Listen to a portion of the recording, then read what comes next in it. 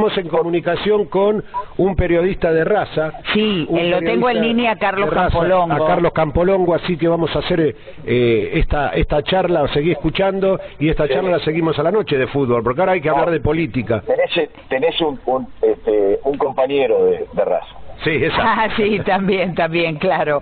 Bueno, un abrazo, gracias Jorge de Lizo. Se lo damos, claro que sí, ya está escuchando que le estás mandando un abrazo, ya lo tengo en línea. Bueno, después de Cristina Cubero, directora de Mundo Deportivo de Barcelona, muy allegada, por supuesto, a Leo Messi, nos vamos a ir a este gran periodista y peronista, Carlos Campolongo. Norma te saluda desde Tandil. Carlos, buenos días. Hola, muy buenos días a todos ustedes, Norma, el equipo, la audiencia, esa tierra tan linda que es Tandil. Muchísimas gracias, Carlos, muchas gracias. ¿Te puedo llamar Carlos? Lo digo sin demagogia, No. Que no voy, pero la verdad que es uno de los lugares que cuando uno piensa un lugar para no sé, relajarse, para ir a vivir, para vivir porque es muy tranquilo, y tiene, sí, no es llanura, ¿sí? Tiene elevaciones y bueno, y la gente es muy agradable, por lo menos todas las veces que yo estuve allí. Tenemos todo, Carlos. Nosotros somos de Buenos Aires, trabajábamos en los medios de Buenos Aires y hace 4 años que estamos aquí y realmente, a no ser que llegue Gendarmería con todo su equipo y nos saque, no nos iremos. Me parece muy bien, buena decisión. Perfecto. A ver, pero quería preguntarte, porque yo sé que vos lo conocés mucho, y hablando de buenas decisiones, no sé si ha sido una buena decisión del doctor Duhalde, a quien respeto y admiro mucho, haber dicho todo lo que dijo en el programa de Animales Sueltos, ¿no? Yo quiero que vos me pases un poco en limpio todo esto, que sos un gran conocedor de todo. Bueno, yo había estado junto con Julio Bárbaro conversando el sábado a la tarde en la casa de un amigo en común con el doctor Duhalde. Y ahí él ya venía desde hace algunos días con un discurso de mucha preocupación por lo que estaba aconteciendo. A esto se suma que se entrevistó muchas veces con el presidente de la Nación, con Alberto Fernández, e inclusive, como él nos relató, con varios miembros de la oposición. Si uno lo toma literalmente, la expresión y la recorta absolutamente de todo, no es... Lo decíamos ayer, sí. No es una buena expresión. ¿Por qué? Porque nuestro país, y sobre todo para los que ya acarreamos algunos años, la expresión, el concepto de golpe de Estado eriza la piel. Sí. Entonces, claro. Yo no dudo que las últimas intenciones hayan sido buenas, no creo en nada conspirativo en Duhalde, en ese sentido negativo. Creo que hay una preocupación que la comparte Duhalde, pero más allá de Duhalde, por arriba la comparte el Papa Francisco, la comparto yo que soy un humilde periodista, la comparten muchos ciudadanos que no están fanatizados ni de un lado ni del otro. Claro. Los que aspiramos a cierta racionalidad, a prudencia, al reconocimiento de la gravísima situación que estamos viviendo, global yo diría, no solamente por lo que ocurre en el mundo, por lo que nos ocurre en nuestro país en particular, que se agravó. Naturalmente el país no crece desde el año 2012, no crece directamente, digo económicamente hablando. Después hay otros factores tan importantes como los económicos. A donde sí me preocupa y no sé, donde sí también me preocupa y no sé qué es el sentido que le quería dar Duhalde a su declaración, es que es cierto, y con esto voy terminando, pero que es cierto que en nuestro continente hay situaciones muy preocupantes que vienen de procesos distintos. Brasil fue siempre un país que tuvo, y yo diría que Bolsonaro directamente fue formado por las Fuerzas Armadas y fue además aleccionado a que tenía que cambiar ciertas cosas de su plan económico. Brasil tiene una tradición de influencia muy fuerte del sector militar. Y podemos citar otros países, lo que está atravesando. Bolivia, Perú, Chile, bueno, todos los que él mencionó, que hay mucha conflictividad. ¿Cuál es el factor para mí, esquemáticamente hablando, de gran parte de la conflictividad? La desigualdad social. Pero claro, la desigualdad social es creadora de, naturalmente, resentimientos, violencia, y eso me preocupa mucho también en nuestro país, el tema de la violencia. No solamente la violencia física que pudiese existir, la coacción, el monopolio de la fuerza que debe estar en manos del Estado, siempre, sino que también me preocupa, y mucho, a través de ciertos medios de comunicación, la violencia simbólica que se ejerce, donde los títulos en YouTube, en varios lugares, es fulano destrozó a Mengano, Sutano lo acostó. Creo, todo eso es muy indicativo de la negatividad que estamos viviendo, por lo menos aquí en Argentina, que es nuestro lugar, ¿no? Sí, y además, Carlos, estas peleas ridículas entre uno y otro, tipo Bedetonga barata o viejas chusmas, como yo, que soy una vieja chusma, pero todas estas discusiones que no suman absolutamente nada, restan, o el fanatismo hacia una ideología política, cuando lo que tenemos que querer es, bueno, a ver, queremos que a la Argentina le vaya bien mientras trabajamos para que alguien que nos represente de nuestro partido pueda estar en el tapete, pueda gobernarnos y demás. Es muy interesante lo que estás comentando. La primera figura que me vino a la cabeza cuando te escuchaba era, cuando vos tenés un vacío de ideas, cuando tenés un vacío de proyectos, evidentemente el debate político no puede alcanzar ninguna altura. Por eso las banalidades que escuchamos sin sorpresa, ya sabemos qué va a decir uno, qué va a contestar el otro. Entonces, anoche, justamente repasando un discurso del general Perón, a quien por supuesto que yo leo frecuentemente, volví con una frase que a mí me impactó hace muchos años. Perón decía, nuestro país es un país muy politizado, pero sin cultura política. Eso es cuando él había vuelto de su exilio, que lo dice, porque aprende del dolor en Europa, posguerras, y aprende las formas organizativas y cooperativas. No nos olvidemos que la Unión Europea nace entre dos grandes enemigos, que eran, enemigos por la guerra, que era Francia y Alemania, ¿sí? Y sin embargo, comenzaron lentamente con un acuerdo sobre la producción del acero y el comercio del acero, y después de eso fueron creciendo hasta que se llegó a la Unión Europea, que por supuesto que también tuvo hace poco tiempo traspiés. Pero esta es la idea, las dos ideas contradictorias que hay en la política. O se genera un espíritu de cooperación, o se genera un espíritu donde la política es la continuación de la guerra por otros medios. Sí, totalmente.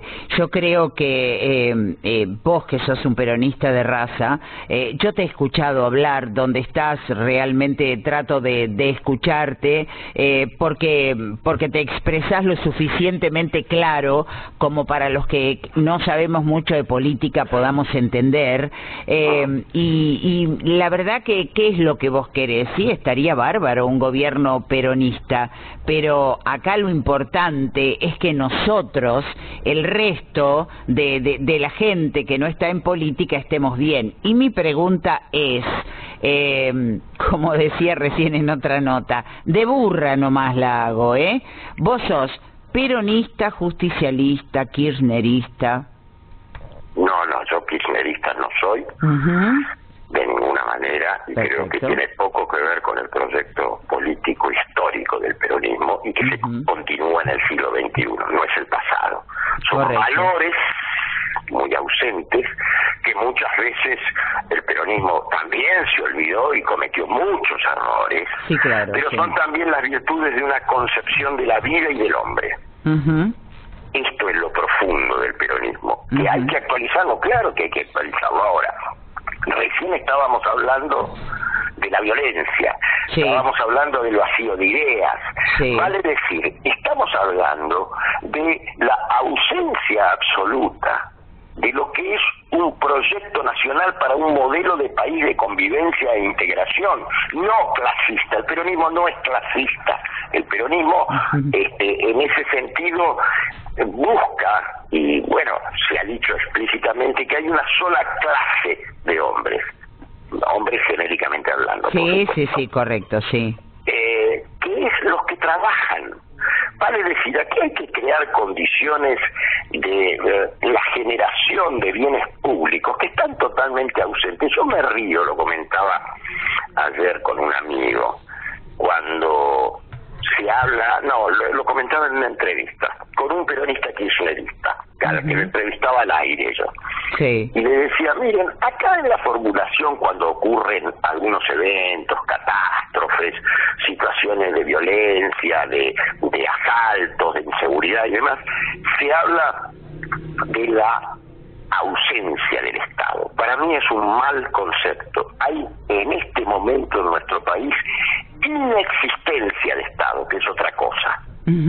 Inexistencia, porque un Estado tiene que tener, obviamente, factores que lo cohesionen socialmente, que lo integren y que genere oportunidades para todos. Un país que yo lo conocí en el año 1976 con un 4% de desocupación, hoy llega al casi 50%. Un país que tenía una producción diversificada, donde por supuesto estaba la importancia del agro, pero estaba también la importancia de la industria. Nosotros fabricábamos de un tren de alta velocidad en aquel momento, allá lejos, que estoy hablando, que era el marplatense, tal cual, que llegaba en 4 horas y media a Mar del Plata. Hoy tarda 10 horas para llegar. Entonces fabricábamos las locomotoras, autos, tractores, aviones. Esto no quiere decir que yo idealice, que desconozca. Estoy hablando de realidades que son comprobables históricamente. Y repito, ¿cometió errores el peronismo? Sí, claro que cometió muchos errores. Se desvió el peronismo muchas veces de lo que eran sus fundamentos. Sí, claro que se desvió. Vos me preguntaste si yo soy kirchnerista. No, no lo soy. Lo voté a Néstor Kirchner en el 2003 como un voto, yo diría, de alguna manera, por la negatividad, no por la positividad, sino porque el contrincante era Carlos Menem. Y yo con Menem también lo había votado en el 89, no lo voté nunca más y fui jefe de campaña de quien se opuso a él en el 95, que fue José Octavio Bordón. Entonces digo, yo no digo que no he cometido errores, he cometido muchos errores y demás, pero insisto en el tema. ¿Dónde está el proyecto? ¿Cuál es el proyecto? Me hablan de la Cámpora. Sí, que tiene recursos, organización, un discurso anacrónico, una concepción de la vida anacrónica. Pero el problema es, a mí me gustaría saber qué proyecto tiene. ¿Qué proyecto tiene Cristina Fernández de Kirchner? Porque no es con la retahíla de el ensanchamiento de los derechos, lo discursivo, el juego de palabras, ¿sí? Es una cosa insípida. se desvanece en el aire. El tema es la utilidad de las palabras, y para la utilidad de las palabras hay que pensar un país, hay que tener un rumbo, hay que corregir cuando uno no acierta, y por supuesto que hay proyectos enfrentados, proyectos, me refiero en el sentido global. Sí, obviamente yo no lo voté a Macri, ni lo hubiese votado nunca, pero no por Macri persona, que por ahí es un excelente padre de familia, porque Macri no es un ingeniero al que se lo da vuelta y no se le cae un tornillo, digamos. Por no decir una idea. Bueno, no, idea ya sería demasiado. Pero con conocimiento y con pensamiento, no es que digo lo primero que se me ocurre. Claro, yo lo conocí a Macri, es más, yo fui al mismo, bueno, es de ahí de la zona, Macri, ¿no? Sí. Yo fui al mismo colegio que él, conozco su pensamiento, no podía venir nada más que el hartazgo de lo que había traído Cristina. Cristina lo trajo a Macri y Macri la volvió a traer a Cristina. Sí. Esta es la pelea de fondo. Es que yo voto en contra de, no a favor de. Está ocurriendo mucho en nuestro país. Pero yo tengo dos últimas preguntas. Una, por ejemplo, convengamos que Duhalde le abrió el camino a Néstor Kirchner, ¿verdad?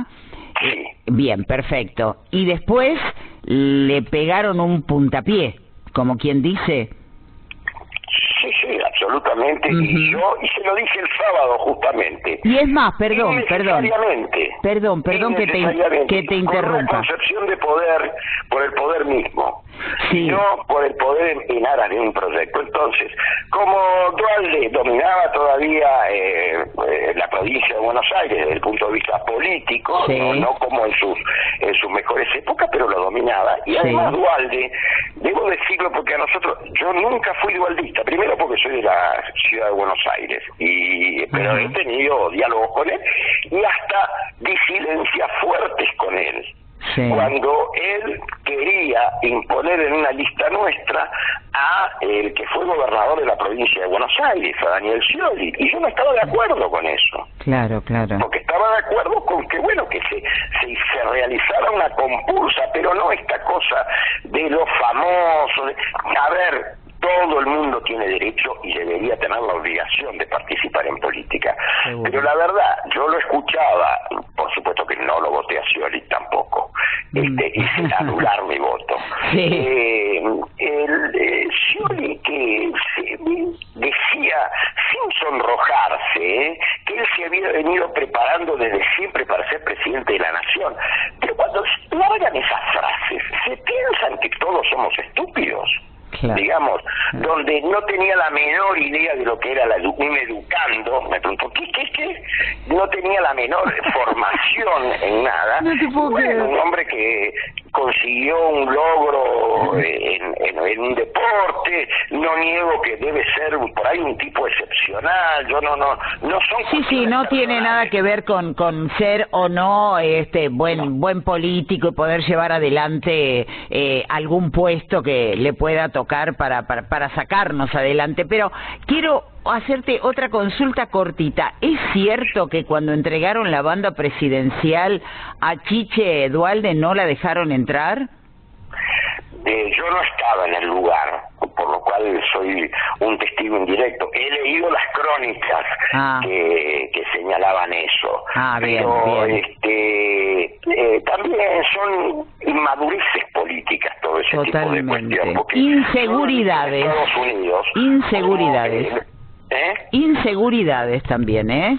Sí, claro, por supuesto que obviamente que desde el punto de vista psicológico los miedos que tiene uno generan una sobrecompensación en las conductas, eso es una regla básica de la psicología. Entonces, yo lo que creo sinceramente es que